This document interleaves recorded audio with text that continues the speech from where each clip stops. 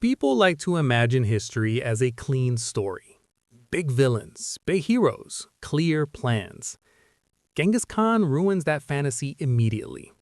Because the largest land empire in human history did not begin with a master plan, a grand prophecy, or a 5-year roadmap. It began with a boy who had nothing. No throne, no army, no followers. Not even a name that history remembers easily. His name was Temujin, and for most of his early life, the world did not care. Temujin was born around 1162, somewhere on the Mongolian steppe. This was not a forgiving place. No cities, no walls, no farms. Just grass, wind, horses, and tribes that survived by strength and loyalty. His father was a minor tribal leader. Not a king, not an emperor, just important enough to be noticed and just important enough to be poisoned by rivals. When Temujin was still a child, his father died, and the tribe did what tribes often do when leadership weakens. They abandoned the family.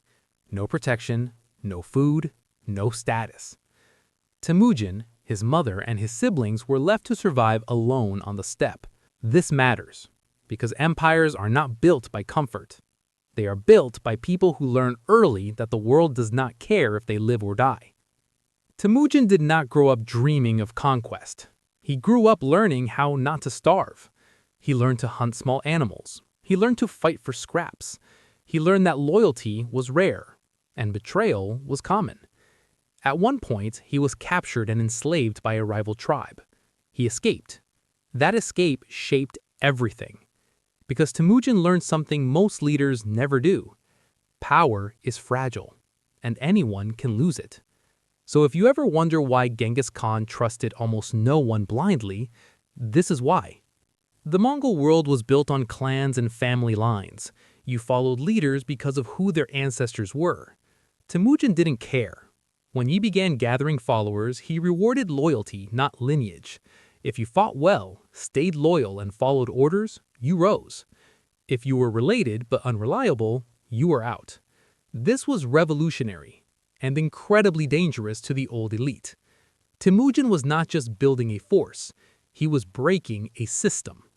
At first, Temujin's goal was simple: survive, protect his family, defeat rival tribes that threatened him. But survival required strength. Strength required followers. Followers required victories. So he fought. And he kept winning. Each victory brought more followers. Each follower brought more power. Each rival defeat removed another obstacle. By 1206, something strange had happened. Temujin was no longer just a survivor. He was no longer just a war leader. He was declared Genghis Khan, universal ruler, not because he planned it, because there was no one left strong enough to say no. Here's where history gets lazy. Genghis Khan is often reduced to one word: brutal. Yes, his campaigns were violent. Yes, cities were destroyed. Yes, millions died. But brutality alone does not create an empire that lasts. Organization does. Genghis Khan created one of the most disciplined military systems the world had ever seen. He reorganized armies into units based on numbers, not tribes. He enforced strict discipline. He promoted commanders based on ability. And most importantly, he used intelligence. Scouts, spies, information networks. This was not chaos. This was calculated warfare. Genghis Khan understood something most rulers didn't. Fear spreads faster than armies.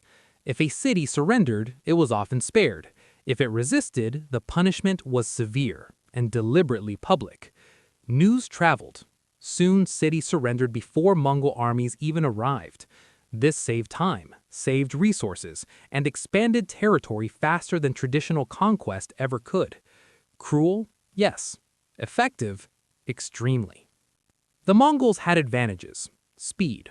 Mounted armies moved faster than anyone else. Adaptability. They used enemy weapons, engineers, and tactics.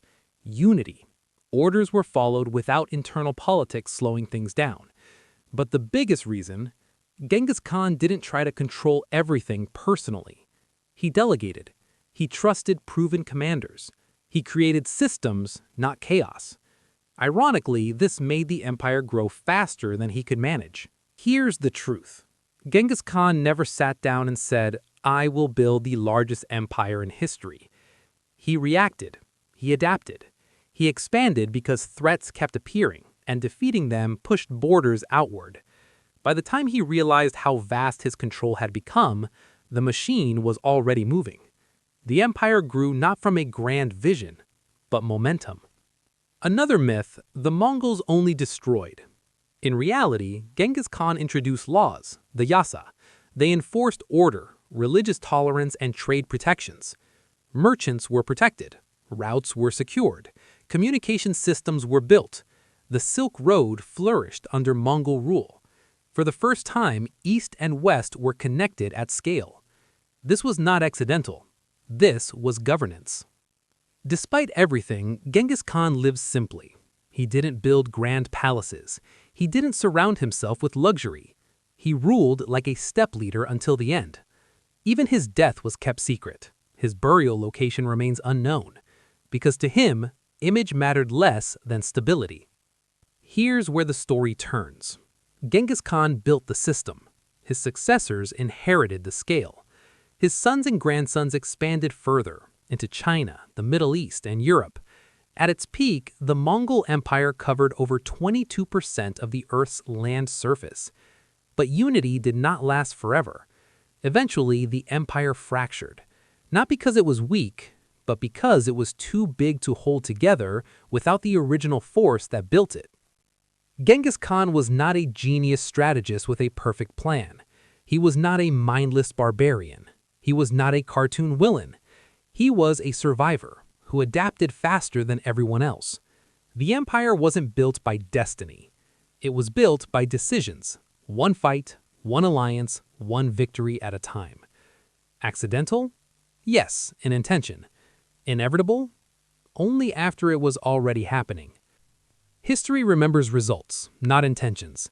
Genghis Khan didn't plan to rule the world, but the world kept losing to him. And by the time it realized what was happening, the largest empire in human history already existed. Not because of prophecy, not because of genius alone, but because one man learned early that survival demands strength, and strength, once unleashed, does not stop easily.